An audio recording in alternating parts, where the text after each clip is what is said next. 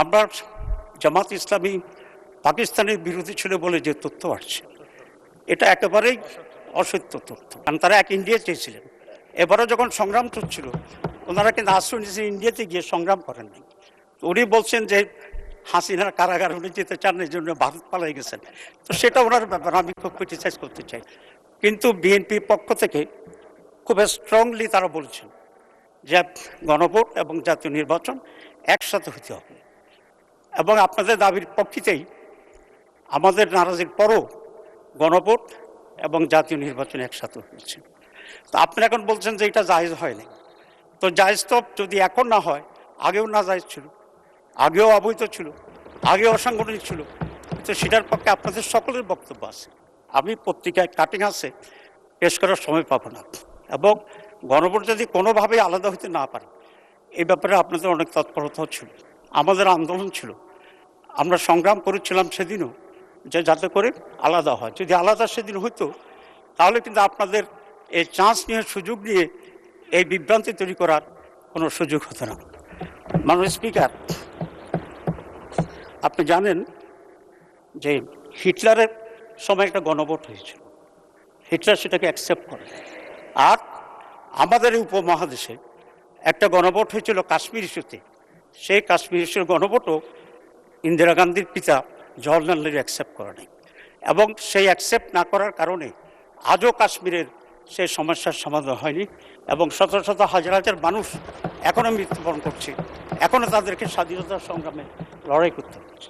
সুতরাং আমি মনে করি যে দেশের জন্য কল্যাণকর যেটা, মেজরিটি 2/3 ভিত্তিতে যদি আপনারা যেটাই আপনাদের ইচ্ছা হবে যা ইচ্ছা তাই করতে থাকেন, তাহলে এই দেশ আবার পিছিয়ে যাবে। এবং আমরা যে একটা সুস্থ রাজনীতি এবং সুস্থ পার্লামেন্ট চাই, সেটা অর্জন করা কিন্তু সহজ হবে না এবং ব্যাহত হবে। আমি খুব শর্টলি দু একটা ভুল তথ্য যেটা আজকে অনেকে দিয়েছেন, সেই ব্যাপারে কথা বলতে চাচ্ছি। প্রথম হচ্ছে, আমরা জামাত ইসলামী পাকিস্তানের বিরোধী ছিল বলে যে তথ্য আসছে, এটা একেবারেই অসত্য তথ্য।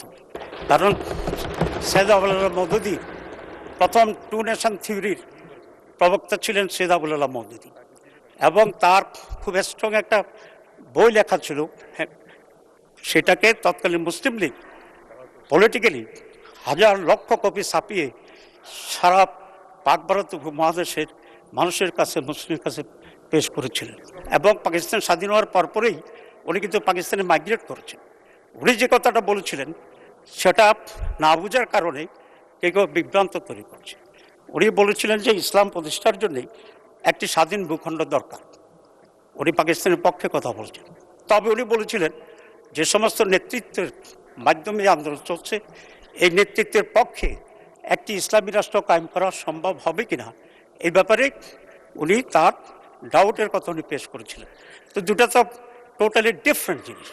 কিন্তু যারা এটাকে বাজেভাবে ইউজ করে কন্ডেম করতে চায়, তারাই এই সত্যটিকে অন্যভাবে তারা পেশ করতে চাচ্ছে। He was totally in favour of Pakistan. এবং একজন ভাই এখানে বললেন যে উনি 47-এ বিশ্বাস করেন না। উনি যদি 47-এ বিশ্বাস না করেন, তাহলে বাংলাদেশ কীভাবে হইত? কারণ বাংলাদেশ এবং ইস্ট পাকিস্তান, ওয়েস্ট পাকিস্তান মিলেই তো 47-এর স্বাধীন বাংলাদেশ। এবং সেখান থেকে তো আবার আমরা স্বাধীনতা সংগ্রাম করে আমরা বাংলাদেশ করেছি। অবশ্য ওনার এই চিন্তা, ওনার এই বক্তব্য ওনার চিন্তার সাথে একরকম। কারণ ওনারা আসলে পাকিস্তানও চান নাই, বাংলাদেশও পরবর্তী পর্যায়ে তারা কীভাবে নিয়েছেন জানি না, কারণ তারা এক ইন্ডিয়া চেয়েছিলেন। এবারও যখন সংগ্রাম চলছিল, ওনারা কিন্তু আশ্রয় নিয়েছেন, ইন্ডিয়াতে গিয়ে সংগ্রাম করেন নাই।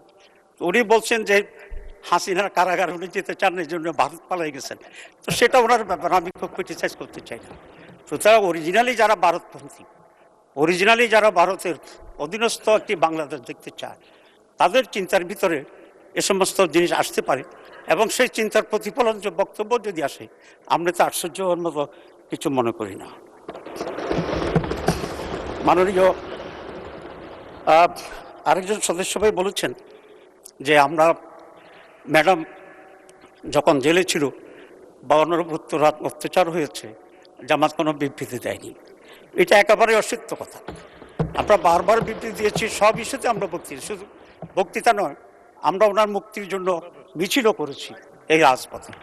এখন আমি আশা করব যেসব লোকেরা এইসব তথ্য দিচ্ছেন তারা আরেকটু কষ্ট করে বিভিন্ন রেকর্ডে যেটা আছে সেই তথ্যটা ওনারা জেনে নেবেন।